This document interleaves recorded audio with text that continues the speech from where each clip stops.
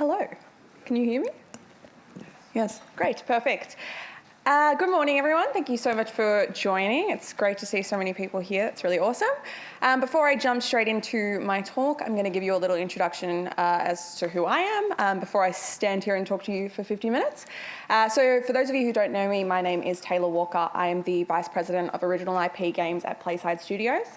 I've been at PlaySide for just over 7 years now, and I've been very fortunate to do a whole bunch of different roles during my time. So originally I started as a junior 3D artist, so I was working on a lot of our virtual reality products.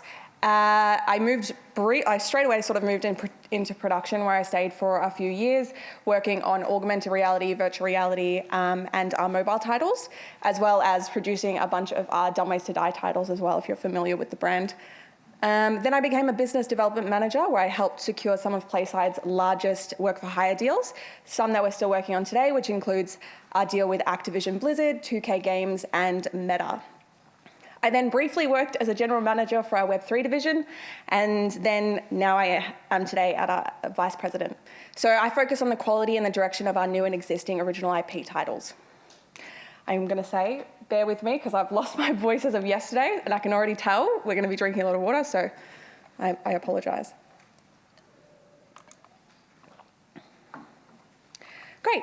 So today I'm going to be talking to you about empowering teams, strategies for building a cohesive and successful studio.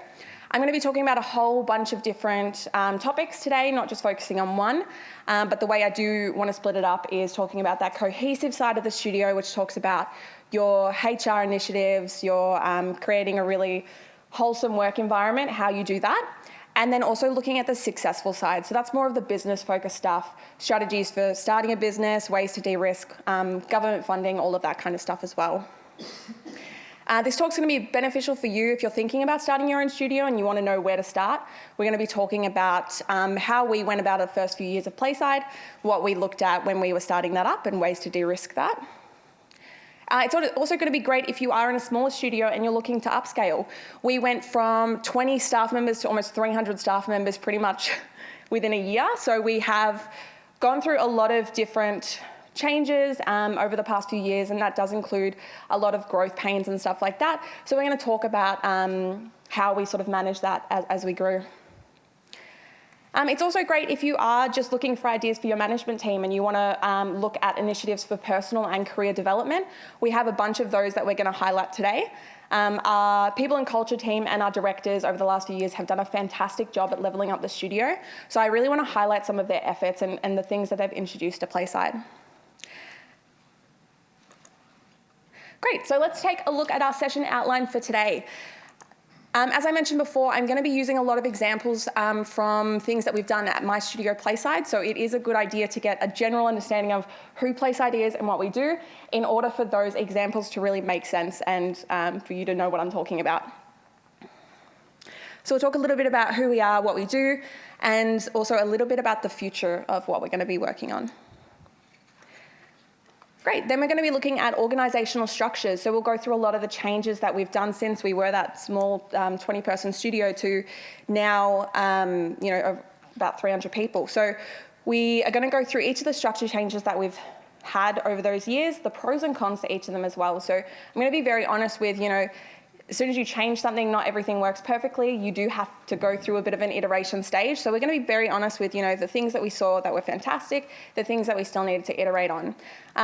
You will know that every single studio structure is different, especially in the games development industry. So not one studio you go to and the next one is going to be identical. They're all completely unique. And that's about the kind of projects that you work on, but also just what works best for that type of studio. So what you see here may not be how your studio is structured, but it may give you some good examples of what we had tried in the past, why we maybe needed to update it, and maybe get some ideas for your own studios. Great, the next part of the talk is where we look at great strategies for if you're starting a studio or even if you're more in the early stages. And you're looking at ways to de-risk. So it's no secret that being in the games development industry, especially creating a studio and in Australia, is really hard. Our industry is a lot smaller than ones across the globe. But we're going to show you some examples that offer a little bit more confidence and protection and remove that stress that if one thing was to go wrong or if one thing was to fall through, we would be in trouble. So that's what we're trying to avoid, and that's what we're going to talk about today. We'll also talk about how we use original IP to win work for hire deals, and then how work for hire deals are so key to make more original IP. We'll also talk briefly about some great government funding and incentives for studios that you can go away and research a bit more. The next part is where we're talking about personal growth and development. It's key to any sort of studio. I think the last thing that you want to do is get into a role and feel like you're not developing or you're not growing and you're kind of stuck there. That's something that we have actively tried to avoid, and we've put in a lot of incentives into PlaySide to help people never feel that way, to be able to still grow and develop as a developer, and rather than just getting into a role and being like, I'm not going to learn from here. So this includes some of our level up and growth community sessions, art mixes. We'll also go through a bunch of our HR initiatives as well, and we'll briefly talk about our newly introduced job family matrix.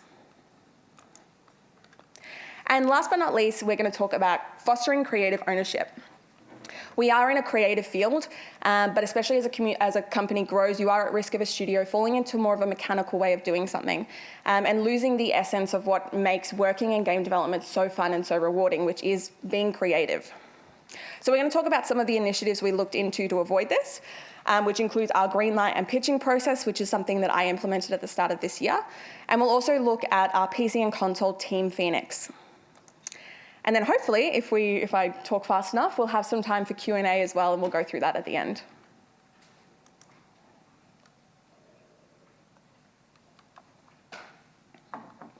Wonderful. Let's talk about the history of PlaySide. This will be very brief and a bit vague, but it gives you a good understanding of at least who we are to some extent. PlaySide Studios was founded in 2011 by our current CEO, Jerry Sarkis. It is now one of the largest video game development companies in Australia, having developed 60+ titles across mobile, virtual reality, augmented reality, and PC. Since listing on the Australian Stock Exchange in 2020, PlaySide has grown to almost 300 staff members with studios in both Melbourne and Queensland. We actually open up a second studio in Melbourne in the coming months as well, which is super exciting. We also have staff all across Australia, as well as New Zealand and Europe. Originally, when we started, we focused mainly on mobile titles. So that's kind of our primary focus when we began, was mobile titles, specifically working closely with movie studios such as Disney and Warner Brothers for creating titles for their upcoming movie launches. So for example, if Lego Batman was coming out, a part of their marketing tool was actually to go to game developers and get a mobile game launched, and that's how they sort of marketed their movies. We began developing VR and AR products for the Oculus Rift and Apple's AR kit. And then in the years since we listed, we've been moving more and more into the PC and console space as well. As I mentioned, we were originally working with movie studios, but as we grew and we started developing more PC-heavy titles, we began partnering with some of the biggest AAA studios in the world. This includes working on massive franchise titles such as Warcraft 3, as well as working on cutting-edge VR and AR technology with our work for hire deal with Meta. This part of our business is so crucial when it comes time for us to make our own original IP games. It's something I'm going to deep dive into a little bit later on in this talk, but it's very important for any studio. Work for hire deals are so crucial. Another really interesting part of our studio is we actually opened a publishing division, which was established in July of 2022. Prior to this, we'd actually already published a few mobile indie games as well, but actually making our own division for it allowed us to reach out to larger titles, especially in the PC space.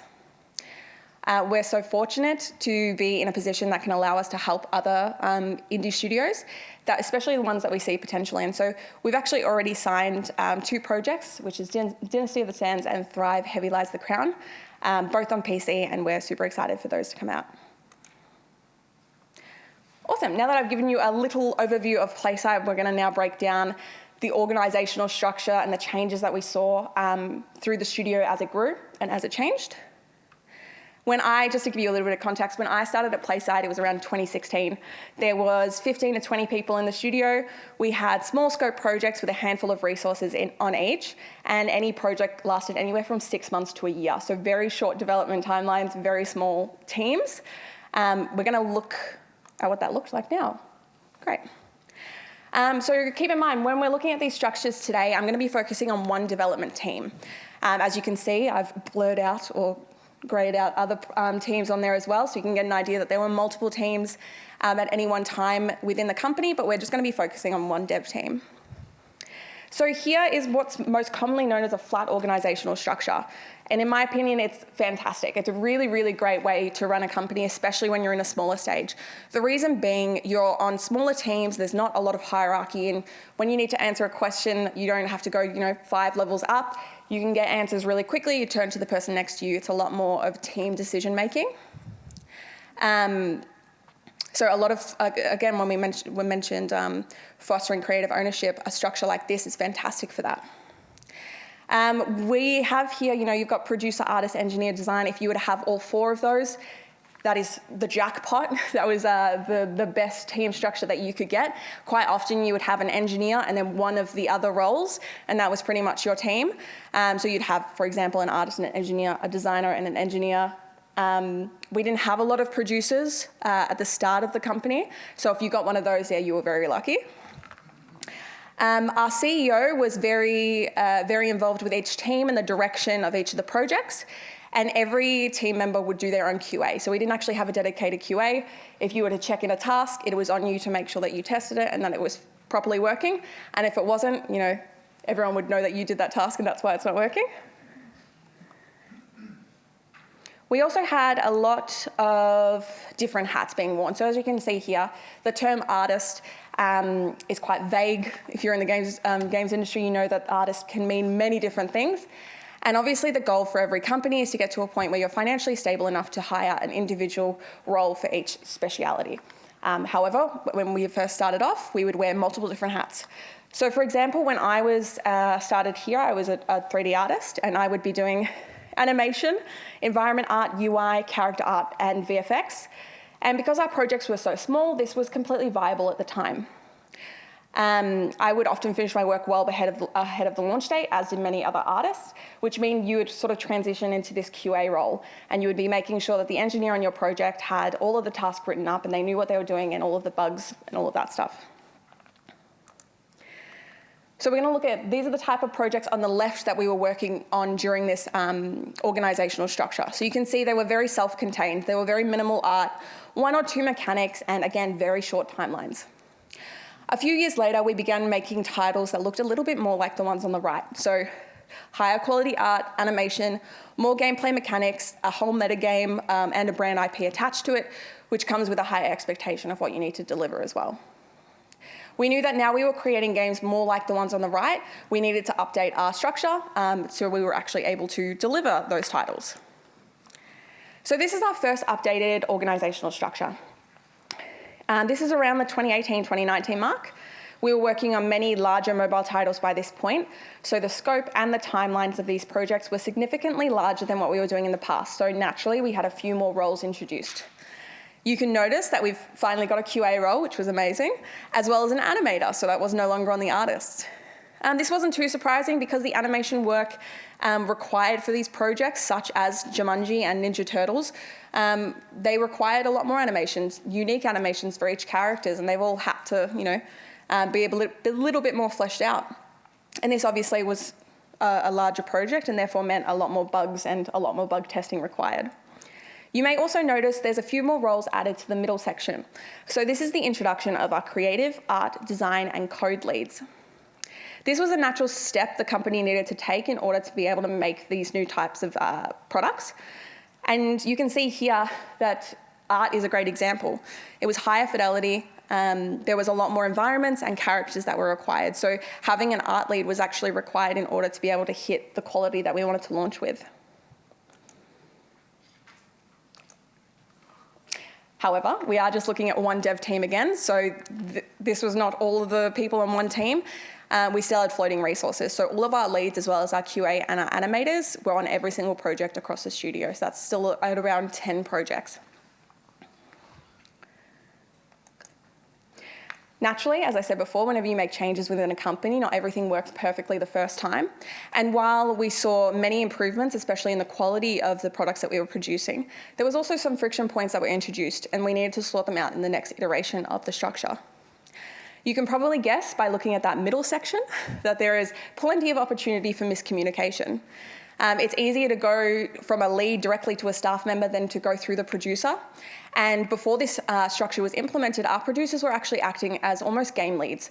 They were in charge of the vision and the direction of the projects, and they were driving to that main to the goal, sorry. So the introduction of department-specific leads muddied the water a little bit, and there was often confusion around who would sign off on what and who the staff members were to report to. So that prompted our next structure change. Now, before we break down into looking more closely at the dev team, we're going to look at one of the huge changes that happened in the studio, and that was the introduction of business units. When we listed on the ASX, we scaled significantly. We were now working on multiple titles on multiple projects, and it allowed us to create the PC console, mobile, work for hire, and dumb ways to die business units. This change introduced another very important role, general managers, who were to oversee the production and success of each business unit and allow our CEO to focus on a now public listed company. So let's take a look at our current dev team structure looks like. It's definitely changed from the previous slides we were looking at. We now have the introduction of directors for art, engineer, production, and design. They are across all projects in a business unit and focus on project support for their leads, but also for career development. So that's what the dotted line is, as you can see. The leads, however, are now embedded onto every single project. So rather than being across all of the other projects like they were in the last structure, they're dedicated to one project. They are there to ensure the specific department is completing the tasks and hitting the quality expectations and goals set by the general manager and the producer. So, for example, we're going to look at art again. Art lead on a project would work closely with the art director at the beginning of development to establish a direction and an art style. Then it would be up to the art lead to ensure the project stays on track all the way through to launch and ensures that all the artists underneath the art lead know the quality and the vision of what they're trying to achieve with each art asset. Now, bear with me because this part gets a little bit confusing, so I'm going to try my best to explain it. So our leads that we saw from the previous structure, they were now turned into the directors that you see here, right? So we've kind of moved that layer up and we've renamed them. The new roles for the art, engineer, design lead were introduced recently. This was because we got to a stage where, for example, the direct reports for our art director were sitting at around 35 plus. For reference, it's recommended that any one person has anywhere from 8 to 10 direct reports in order to work effectively. So introducing the lead role meant the directors would now have the same amount of direct reports as there were projects, and the lead would have the direct reports of all the artists, engineer, design, depending on what type of lead they were for that project. You can see here that we also had share teams that include data and tools, audio, marketing, and our tech team, and they work across all the projects in the studio. So this is where we're currently sitting with our structure, and it definitely won't stay this way. As you grow and as you develop as a company, it changes quite a bit. And yeah, we will always change. And I can already see here that there's improvements that you can make. As we talked about that middle structure that we had, we saw that there were a little bit of tension points and growth that we could do, and that prompted this change. The middle section that we saw, we kind of wanted to keep that flat structure even though the company was growing and needed to move to more of a hierarchical stage. And that's kind of where we are at now. We're taking an extra step into having those layers. And yes, it does mean that sometimes when you want approval on something, it takes a little bit longer because it's got to go through a bunch of different levels. But the size of the projects that we're now working on for this structure, they require that. They are a lot larger. They're multiple years rather than 6 months. And things aren't as fast a turnaround as they used to be. And that's not necessarily a bad thing. It means that the product that we can launch with is a higher quality, and it's taking all the right steps that we need to do. Now that we've looked at organisational structure, we're going to move on to our next topic, which is strategies to de-risk a studio. What I mean by this is we're going to look at ways to approach practices within a game development studio in order to best set it up for success. We at PlaySide are so incredibly grateful to be running for as long as we have been, but it's not uncommon within the games development industry, especially in Australia, to see studios close or to experience layoffs. Especially if you're on LinkedIn at any point in the last couple of weeks, you will see that there are layoffs all across the globe. And that's an awful thing that we have to deal with within our industry, but we want to look at ways to de-risk that, to actually feel a little bit more confident and maintain a stable and successful studio, not only short term, but for years and years to come. So it is tempting when you think about starting a studio, you go, I want to make a PC and console title. I want it to be a couple of years of development. I want to have a relatively big team on it. And yeah, there are definitely success stories of that happening. You see it all the time. But it also is not unheard of to spend years and years developing a game and have it launch and not make any money. You've hired X amount of devs and you finish your product, but you now need them to move on to another project. And you can't move them on to another project unless you have funding from either the government or a third party. And you're left in this somewhat limbo stage. So we're going to talk about how what have I done? Oh, great. We're going to talk about ways that we approach at least the first years of PlaySide and how we actually use that strategy to this very day. So that includes talking about work for hire and original IP and how they work together. This topic I love and it makes me very excited because work for hire and original IP have this beautiful relationship. And we're going to look at why that is, but I love it. So the only time in PlaySide's history, so over the last 12 years, the only time that we've worked on one project at once was our very first project, and that's called Catch the Ark. Catch the Ark had a development of 6 months. It had 4 people on the team, and it was released on mobile. Catch the Ark was not the game that was going to make us $50 million. It was not the game that was going to set us up for the next 10 games at PlaySide. But what it was our portfolio piece for our studio. It was an endless runner, it looked great, it was designed well, and it put us on the map. We ended up getting big movie studios reach out to us and ask us for work for hire deals. We then secured many work for hire deals for companies like Disney and Warner Brothers to create mobile titles for their upcoming movies. Movies like The Lego Batman, SpongeBob Sponge Out of Water, Batman vs Superman, just to name a few. Our portfolio piece in Catch the Ark allowed us to prove the quality that we as a studio could hit. And in turn, the work for hire deals that we secured were able to fund our next original IP projects. Same thing when we created Zombie Riot for the Oculus Rift. It became our portfolio piece for the VR space of our studio, what we could achieve within the virtual reality space, resulting in massive work for hire deals with Skydance, their Archangel Hellfire, Saints and Sinners Walking Dead, and our work for hire with Meta on their Horizon Worlds project. Again, when we wanted to create a portfolio piece for PC and console, we made Age of Darkness, which was a fantastic display of not only the skills that we had in the real-time strategy genre, but what we can achieve within the PC space. And like the original IP before, it allowed us to secure more work for hire deals. This time with some of the biggest multi-year contracts that we've ever seen at PlaySide, with AAA studios like Activision Blizzard, their Warcraft 3 title, as well as our work with 2K Games and even more work with Skydance. So when I talk about that work for hire and original IP relationship, what I talk about is you don't necessarily need to do one or the other. And us at PlaySide, we never work on just original IP and we never work on just work for hire because they have such a nice interconnecting relationship. You use the portfolio piece that you make in original IP, you use that to win work for hire deals. And the work for hire deals then fund your next original IP. And it's a very safe way to run a business because if you've always got work for hire deals lined up, so if for whatever reason you can grab another one. If you ever want to do another original IP, we're going to talk about our green light process in a bit, but you've got a bunch of ideas that you can pick from. So it's a very safe way. We're always working on multiple projects at once, and it's how I would recommend other studios run as well. Now we're going to look at some support for your studio. There are some fantastic government initiatives such as the Digital Games Funding and Support from Screen Vic, who have invested in games for more than 25 years, backing Victorian developers to create some of Australia's most exciting and well-known games. If you're based in Queensland, there's also the Digital Games Incentive that hopes to attract game development to Queensland and encourage further growth in their sector. And once you're up and running as a studio, the digital tax offset is great for ongoing support.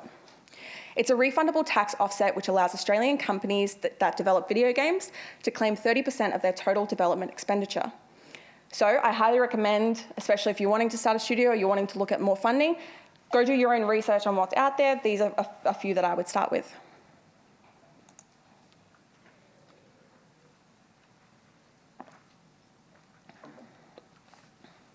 Wonderful.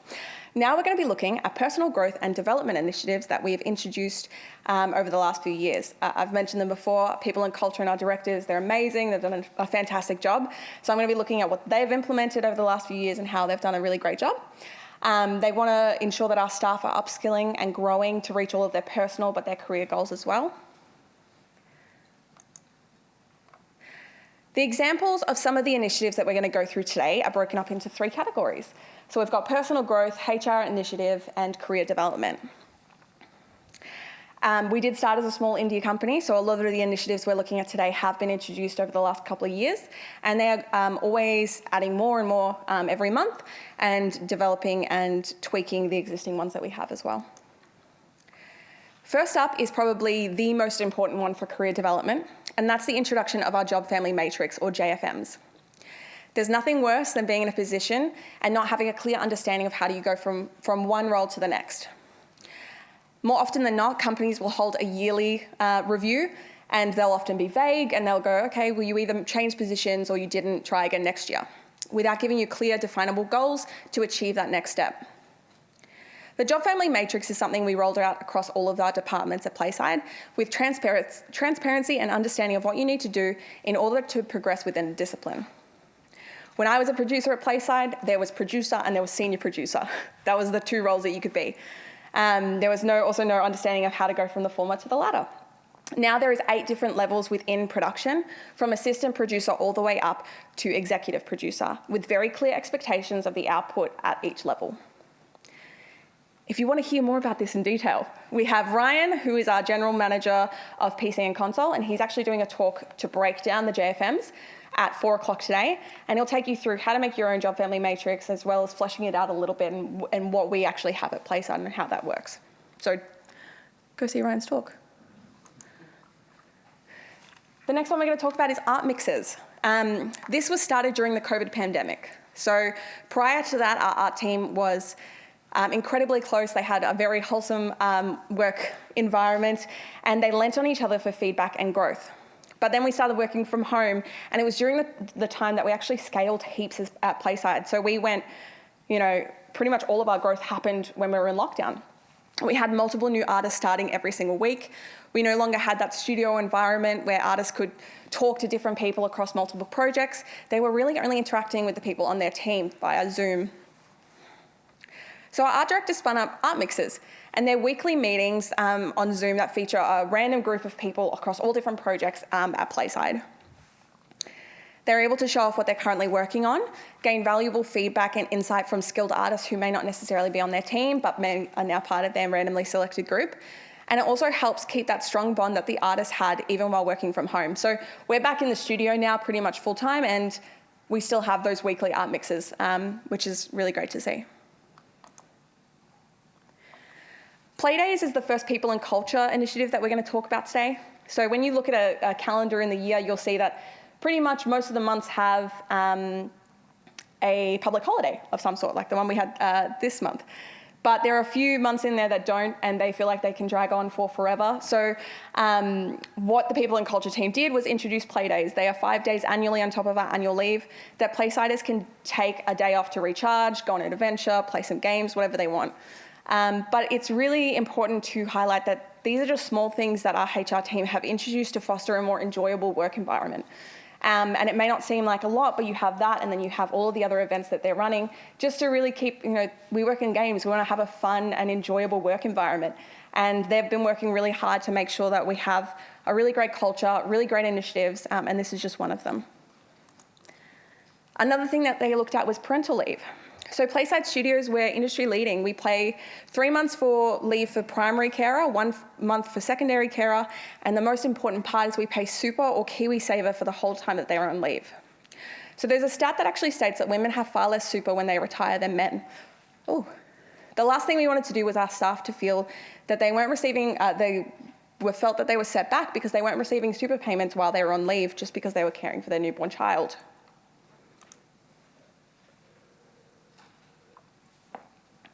Now looking at our personal growth, which is just as important, is our mentorship program. Spinning off at the start of this year, we paired interested juniors with more senior staff who have had similar career paths, and they have weekly or bi-weekly meetings. Some of our mentors even include our CEO and our Chief Strategy Officer. In this mentorship program, we aim to focus on the mentee's career goals and how best a mentor can provide feedback and support to help them achieve this. As I said, this is a new program, so we're hoping to see it grow and develop even more in the coming months. But it's great to see, just sharing that knowledge that we have with one another and actually leveling up some people who are really interested in growing and developing. Ooh, this one's one of my favorite ones. The reason being it's so community driven. So this is our Level Up and Growth community sessions. It's an optional weekly masterclass that's held by different members of PlaySide. In each session, we're taking through a range of different topics. So for example, some of the ones that we've had in the last couple of weeks were how to build a PC. What else did we have? We had UI toolkits, a guide to community management, all of these different topics that are held by one person who excels in that topic and shares the knowledge with the rest of the studio. Anyone from PlaySide is welcome to join and learn a few things about a topic that they may not have had a chance to deep dive into before. It's all about sharing knowledge with our peers, and it's so wonderful to see all of the talent and skills that we're able to share with one another. And this was something that the studio just took and ran with, and all of the developers really get on board, and it's so lovely to see. The topics are different every single week, and it's really fantastic. The next thing we're going to talk about is fostering creative ownership. When you begin to grow as a studio, you can see some of the essence, we talked about this before, some of the essence that you have when you want to start working in video games, like that creative side of things. You get to make a game, that's so awesome. But as you scale, suddenly you go from making a game to I'm just making a feature, I'm part of a more mechanical studio. And that's something that happens quite a bit, especially as you scale. So we've actively tried to avoid going down that path and keeping it very creative and fostering that creative ownership for each of our projects.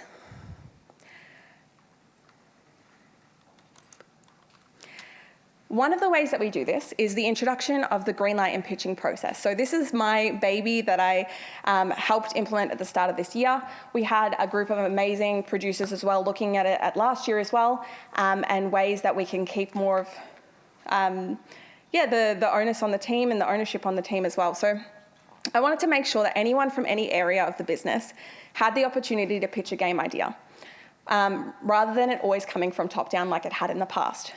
We are so fortunate, I will say we are so fortunate to have an ex-designer as a CEO, so the game ideas coming from top down have been great. But now that our company's scaled, he can't be in the weeds of every single project, and it's so important for the ideas and the passion to also come from the teams.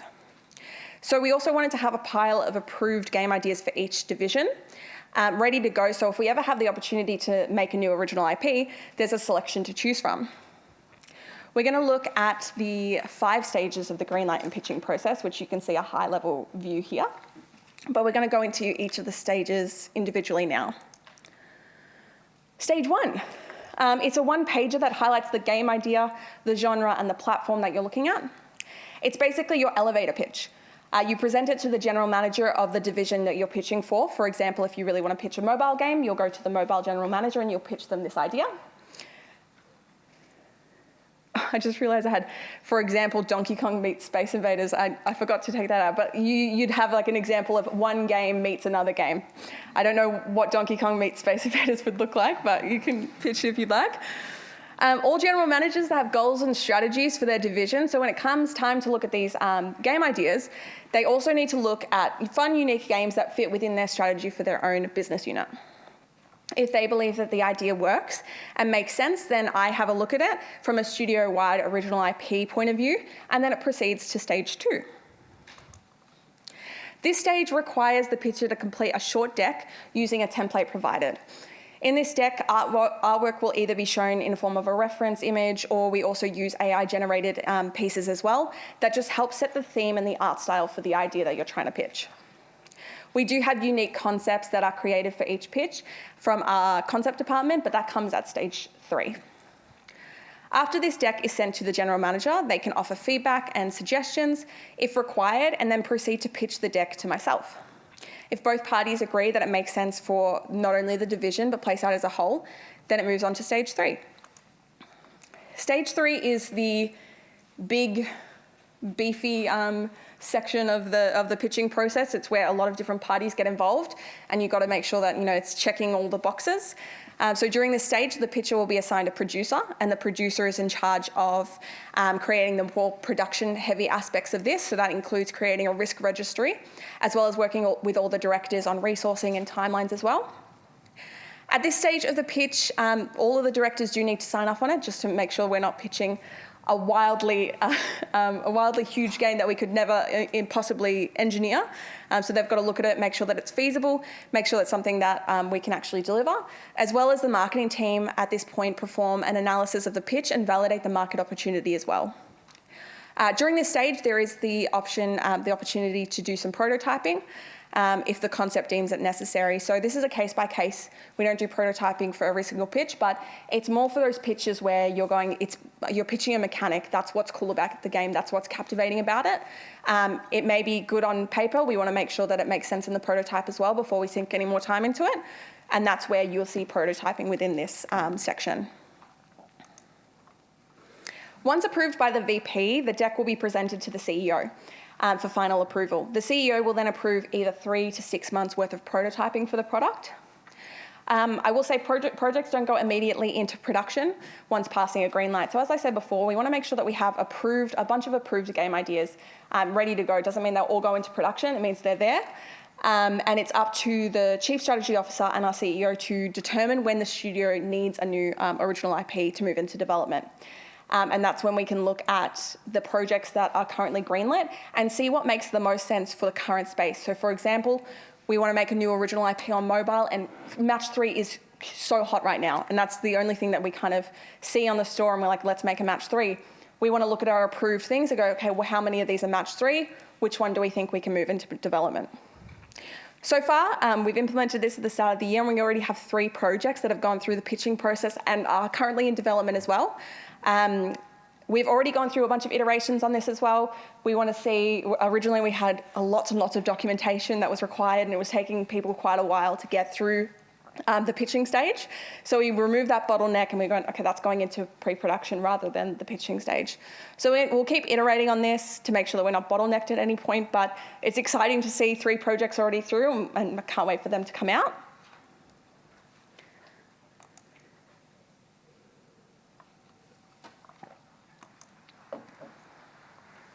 Oh, thank you. And the last thing that we're going to talk about before we go into Q&A is Team Phoenix. This one's really exciting, and it's something that our PC and console general manager really wanted to implement this year.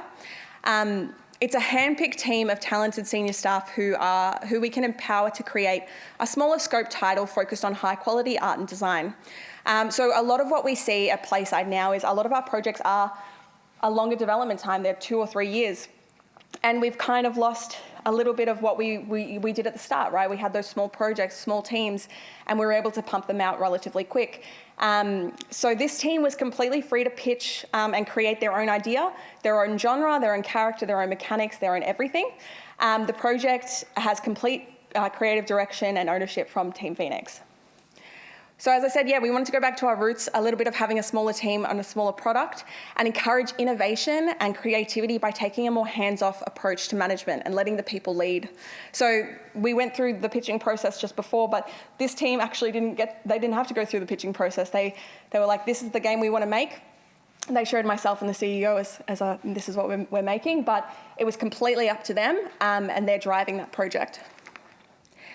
This offers a unique ambition and different development teams within PlaySide. So if you do want to work on larger titles on huge IPs, then there's an avenue for you. If you want to have a more hands-on and creative style of development, we now have that option as well with Team Phoenix. I've already been blown away with what the team has developed in such a short period, and I'm really excited to see where they take this next. But it's a really exciting thing that we've implemented at PlaySide, and it allows, we're not just working on massive projects anymore, we also do have this approach as well, which is really exciting. Q&A. We had time. Thank you.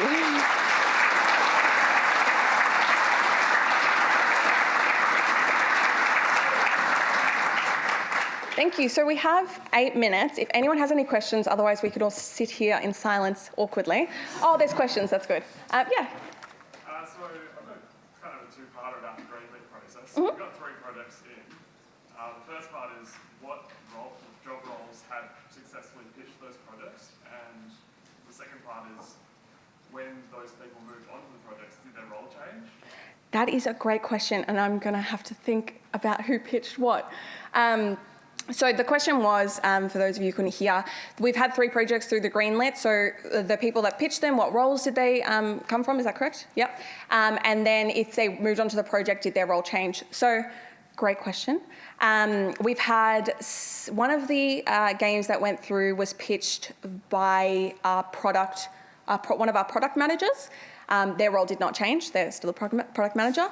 Another one was pitched by our art lead on one of the projects. So we've just started pre-production now, so they haven't moved on to the project just yet, but they're probably going to keep the same. So when we do pitching, we give the option for people to, if they want to, they can join the project. We've actually had a few pitches where someone's like, I love this game idea. I don't want to design it though. I want someone else to do it. And that's completely fine as well. So we always try and get the pitcher on the project if they want to be. If they say, look, I just want to have the idea under PlaySide, then great. They are also obviously involved in all the testing and the development all the way through. But they quite often will move on to the project as their role within the studio already. Yes? When you're working out what original IP you want to focus on, is a big part of that working on what you think has opportunities for work following creating those new IPs? That's a great question. So the question was, when you pick original IPs, do you focus on what would be great for work for hire opportunities in the future? Fantastic. And yes, we absolutely do. So when we look at original IP, the main thing that we focus on is, does it work within a business unit? So all of our business units have their own strategies that they've worked really hard on and what they basically want to see for the next couple of years at PlaySide. And work for hire, as I talked about, my love for work for hire, that plays a great role as well. So we definitely want to see, okay, well, where do we think the space is going? Where do we think companies are going to start reaching out? And it's why we sort of started working in the Web3 space as well, because we were like, hey, that could be a potential avenue as well. It's why we started working in the augmented reality space. They may not all pan out. They may not be the direction that the industry is heading in, but for us to have experience in it is so valuable for when it does turn up. So if we do start having, augmented reality is a great one. It was huge, and then it kind of went away, and then now it's coming back, and we're like, well, we did it straight away. We have experience in it, and we can do a lot more with it. So yeah, we definitely think about work for hire as well. Yes, behind you. Thanks for the talk. This was really useful. So Thank you. Much appreciated. I had a quick question about sort of when you're making the shift to new organizational structures. How do you approach getting buy-in with the studio, and sort of how do you message that to the team? Because I feel like it's not something that you created sort of a new structure and went, hey, tomorrow we're all going to be completely different sets of roles and stuff like that. I feel like the transition is something that probably took time. Yeah, absolutely. So the question was how, I'm sorry about it, like re-figuring out what the question was. The question was how, when you do an organisational structure, what are the steps that you want to take in order to sort of roll that out to the team and get buy-in from everyone at the studio? Yeah, perfect. So it is not something that happens overnight. The structures that I showed you here today were sort of our solid points where we had kind of iterated a little bit, but they do go through a lot of different changes. The first one, for example, we rolled it out a little bit by little bit, and it was sort of, and that's kind of why we had a few of the issues as well, because we were like, we don't really want to, the producers were in charge, but now we've kind of got other people and we don't really want to tell them that they're not in charge, and that's where it kind of got a little bit mixed up. But our CEO, he is very active in the structure as well, so we have a big planning session. We go, okay, well, here are the weak points. How do we think we can fix that? We get everyone sort of involved, at least from the higher level, and go, because that's where we sort of made the changes, but especially when we implemented the lead, so the art lead and the engineering stuff, that was a very slow rollout as well. So we kind of had a few places, see if it works. Great, that's working really well on this one team. We use that as an example and we go, look how great this one person's doing and how the team's really building. We're going to roll that out to anyone else. We also give people the option, like, are you interested in any of these new roles? Great, we think you'll be fantastic. Let's give that a go. Yeah, great. Yes? You mentioned that companies reach out to you for work for hire. Do you also reach out to companies? I'd love some insight on how that sort of communication works. Yeah, so the question was, we had people reach out to us for work for hire deals at the start. Do we reach out to people for work for hire deals? Yes, we do. That was my whole role when I was the business development manager. And there's a whole different ways that you can do it. Networking at events is a really great way. So setting up meetings and going, I know that these people are going to be looking at work for hire companies to work with. Emails are a great way as well. So a lot of what I used to do was just cold email people, which can be a bit sad if they don't reply, but it's really, really good to just really write up an email, talk about who you are, have examples, here's your portfolio, here's your website. And more often than not, people will get interested. They'll go, hey, there's your portfolio piece that we talked about before. Fantastic. That's kind of what we're looking for anyway, so then they'll reply and you can get that conversation happening. But we have a whole BD team that their whole focus is on finding people to get work for hire deals with. But once you get a few sort of connections in, they're so valuable because a couple of years later, they're like, we worked with PlaySide, fantastic, we need something else, we'll go work with them. Yes? Yeah.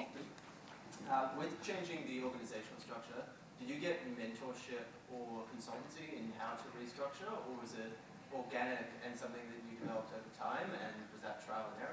Yeah.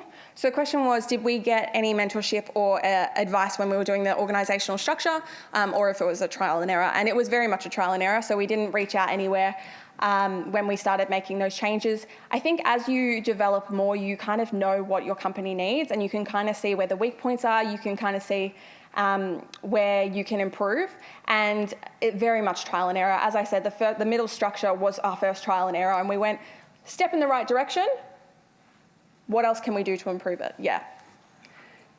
Yeah. How did you measure success? Like, how did you know when it was working or not working? Was there consulting with staff or anything? Yeah, so we have, or how did we know if it was working or not working? We have, our HR team does something called, they do a survey every sort of year, and the survey checks in with team health, a bunch of different questions, and I think the last time we did a survey, it was something like 96% of the company or something actually did the survey. And that's such a great tool to see where people are, they're thinking that what's working, what's not working. And we just run another survey as of last week as well. So we often do it to check in and go, okay, well, we've made this many changes. Let's see how our developers actually feel about those changes. Do they think it's helpful? Is there any suggestion or feedback that they have as well? That's so valuable because they're the people on the teams and feeling it every single day. Yeah. We have 1 minute. Does anyone have? Yes, at the back. With the job family matrix, is there any element in there that depends on there being an open role in the company for someone, or is it expected that if everyone has sufficient growth, everyone can be the most senior version of their discipline? Yeah, so the goal, I guess, for our job family matrix, and Ryan's going to talk about it a lot more in his talk, but we basically want to show, here are the roles within the company, here's the output that's expected at each level, and for us, we are in a really fortunate position now to go, if you are giving this output, that's where you deserve to be. And we have so many open roles as well, and they'll fit somewhere within there as well. But quite often what we do is we have an open role for this kind of level. If someone is below that, we'll offer them that role. If there's someone higher than that, we'll offer them that role as well. So we are very flexible with, if this is your output, this is where you should be. That comes to hiring as well, because we're like, yes, we maybe only have budget for this person, but they're really good. So we want them as part of PlaySide. So we're definitely very flexible with that. And I think that's all we have time for. But thank you so much for being here. Thank you.